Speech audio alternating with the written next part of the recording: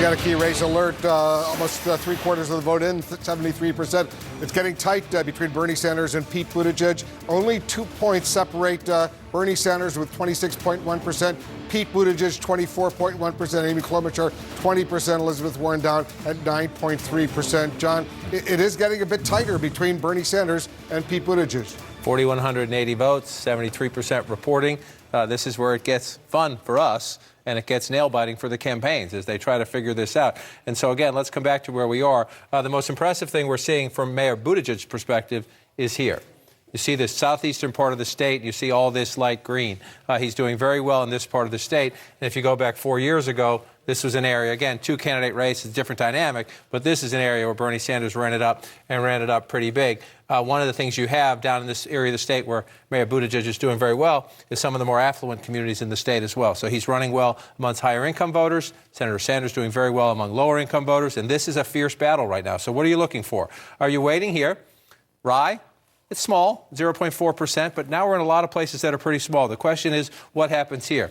You see Senator Sanders winning here in Portsmouth. You see in Northampton, Pete Buttigieg. And the issue is, as you try to, can you make up 4,000 votes? That's what you're asking, right? So in some of these small towns, you know, he's first, Sanders is there. That's 100 votes and change. 110, 115 votes is the difference. So you got to win a lot of those to get to 4,000. Right. That's the problem. If you're Mayor Buttigieg right now and you're looking at this map and you're saying, can I do it? The answer is yes, but it gets really hard because of the size of the town. So what are you looking for? You're looking for this right here. In Durham, we're still waiting. We have zero from here, 1.2. It's a little bit bigger than some of the other towns. It's also significant for Senator Sanders because it's the home of the University of New Hampshire. Ran it up big time. Again, we have to watch. This is a different character of this race because it's a multi-candidate race, but this should be Bernie Sanders country. The question is by how much, as you're trying to, you have a lead now, 4,232 votes, and the other place you're looking for Senator Sanders, sorry, I tapped the wrong town there, come over here to Hanover, the home of Dartmouth, again, not by as big a margin, but a place that Sanders won 4 years ago. The question is, can he do it again? And so then you're coming down here. In the last weekend, let me come back to 2020 here. In the last weekend, most of the candidates, especially Buttigieg and Klobuchar, spent their time down here. It's where you have more people. It's where you have more people they think are inclined to vote for them. And we just have to wait for these towns to fill in. And again, I just want to go through it for you here. You come down to Nashua.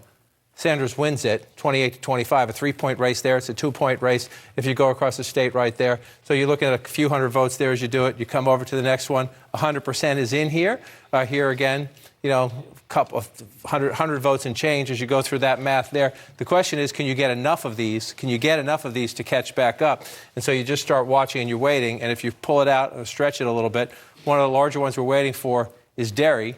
2.5% population, so you're going to have more votes here. If there's going to be a change in this race, if Buttigieg can narrow the lead significantly or Sanders can put it away, it would happen in a place like this, and Wolf will keep counting them. All right, John, we're going to get back to you, David Chalian. We're taking a closer look now at the delegate count, the all-important delegate count. Who's going to emerge with the most delegates in the state of New Hampshire? Right. These early contests are certainly about momentum, but you do collect some delegates. Take a look tonight. Delegates tonight in New Hampshire. You see 24 delegates at stake there, Wolf. We've held back 3 of them. We've allocated 21 of the 24. Sanders with 8. Buttigieg with 7 and Klobuchar with 6. I want to show you now delegates to date include what was awarded out of Iowa. And you see that Pete Buttigieg still has an edge with 21 delegates to date between the two contests. Remember, we have 3 delegates from New Hampshire tonight that we haven't allocated. Sanders at 20, Warren at 8, Klobuchar at 7, Biden, the former vice president, at 6 delegates to date. It's a long way to go. You need 1,991 delegates to win this contest. We are at the very beginning of a long road to Milwaukee, but this is actually how you win the Democratic nomination. And right now, Buttigieg and Sanders are atop the heap. Once again, explain why we've only allocated 21 of the 24 delegates in New Hampshire. So the way Democrats award delegate, first of all, just in case folks remember from 4 years ago, there's no winner-take-all state like there is on the Republican side. All the delegates on the Democratic side are awarded proportionally. So you need to get 15% of the vote statewide and or 15% of the vote in a congressional district. And so as we look at the 2 congressional districts in New Hampshire, and as we're waiting for the final vote tally statewide, It's not entirely clear yet which way those final 3 delegates will fall, because we need all the vote in to really determine that. But this is where it stands, 8-7-6.